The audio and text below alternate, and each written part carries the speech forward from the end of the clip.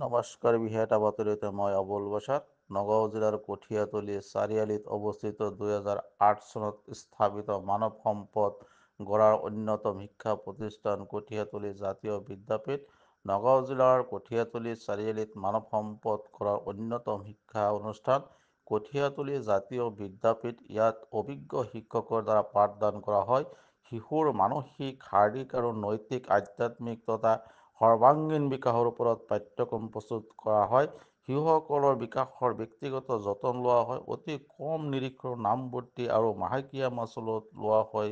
বেলেগ শিক্ষা প্ৰতিষ্ঠানকৈ ভাল আদৰ্শৰে মানৱীয়তা গুণ সম্পূৰ্ণ একোজন সুনাগৰিক গঢ়ি তোলাৰ লক্ষ্য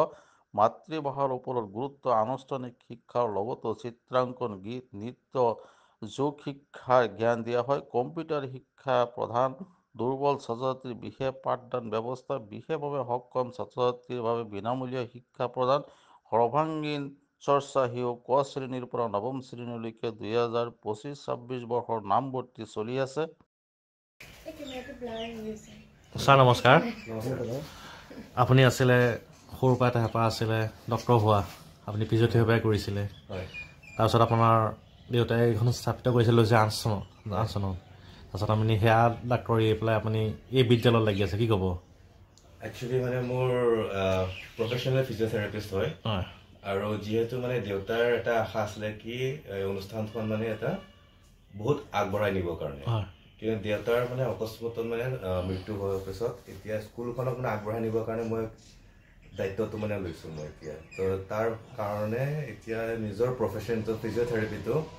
এতিয়া মই ত্যাগ দিবলগীয়া হৈছে ত্যাগ কৰি পেলাই আপুনি শিক্ষাৰ জ্ঞান বিলোৱাৰ ক্ষেত্ৰত আপুনি আগবাঢ়ি আহিছে আৰু আমি এজন চিধা ছাত্ৰ ছাত্ৰীক নামভৰ্তি কৰে আমি কেনেকৈ মানৱ সম্পদ গঢ়ি তুলিব পাৰোঁ সেইটোৱে আমাৰ চিন্তা আপুনি কি কয় এতিয়া আমি চাওঁ ষ্টুডেণ্ট যোন আমি এডমিশ্যন হয় তেখেতে ষ্টুডেণ্টজন কিমানখিনি আগবাঢ়ি আছে তাত ক'ত আপোনাৰ মাইনাছ পইণ্টছবোৰ আছে সেইবিলাকত আমি বেছিকৈ ধ্যান দিওঁ ধ্যান দি পেলাই তাৰ ফিউচাৰটো আমি কেনেকৈ আগবঢ়াই নিব লাগে সেইটোত আমি বেছি ধ্যান দিওঁ আৰু লগতে আমাৰ কম্পিউটাৰ শিক্ষাৰ ব্যৱস্থা কৰিছে শিক্ষাও আছে গীটাৰ লেচনছ আছে লগতে আৰ্ট লেচনছ আছে আৰু বহুত কিছুমান মানে আপোনাৰ এক্সট্ৰা কাৰিকুলাৰ এক্টিভিটিজ কৰা হয় যেনেকৈ PT সেইবোৰো কৰা হয় আৰু লাহেকৈ আৰু বেলেগ এতিয়া অহা নতুন বছৰত আৰু আমি চিন্তা চৰ্চা কৰি আছে তাকে আপোনালোকৰ এই 2025-26 বৰ্ষৰ নামভৰ্তিও চলি আছে হয় লগতে আপোনালোকৰ বেলেগ বিদ্যালয়তকৈ এই বিদ্যালয়ৰ নাম যি ন্যূনতম মাচুল লোৱা হয় মানে আমাৰ ইয়াৰ ফিজটো বাকী স্কুলতকৈ বহুত কম আছে একচুৱেলি ইয়াত আমাৰ যিমানখিনি মানে ষ্টুডেণ্টছ আছে বেছিকৈ বিল' পভাৰ্টি লেভেল আছে তো সিহঁতৰ যোনজন গাৰ্জেনৰ দুটাকৈ সন্তান আছে এজনৰ এডমিশ্যন আমি ফ্ৰী কৰাই দিছোঁ আমি আৰু লগতে যোনবোৰ ষ্টুডেণ্ট পঢ়াত বহুত ভাল তো সিহঁতৰো এডমিশ্যন আমি ফ্ৰী কৰাই দিছোঁ আমি তাতে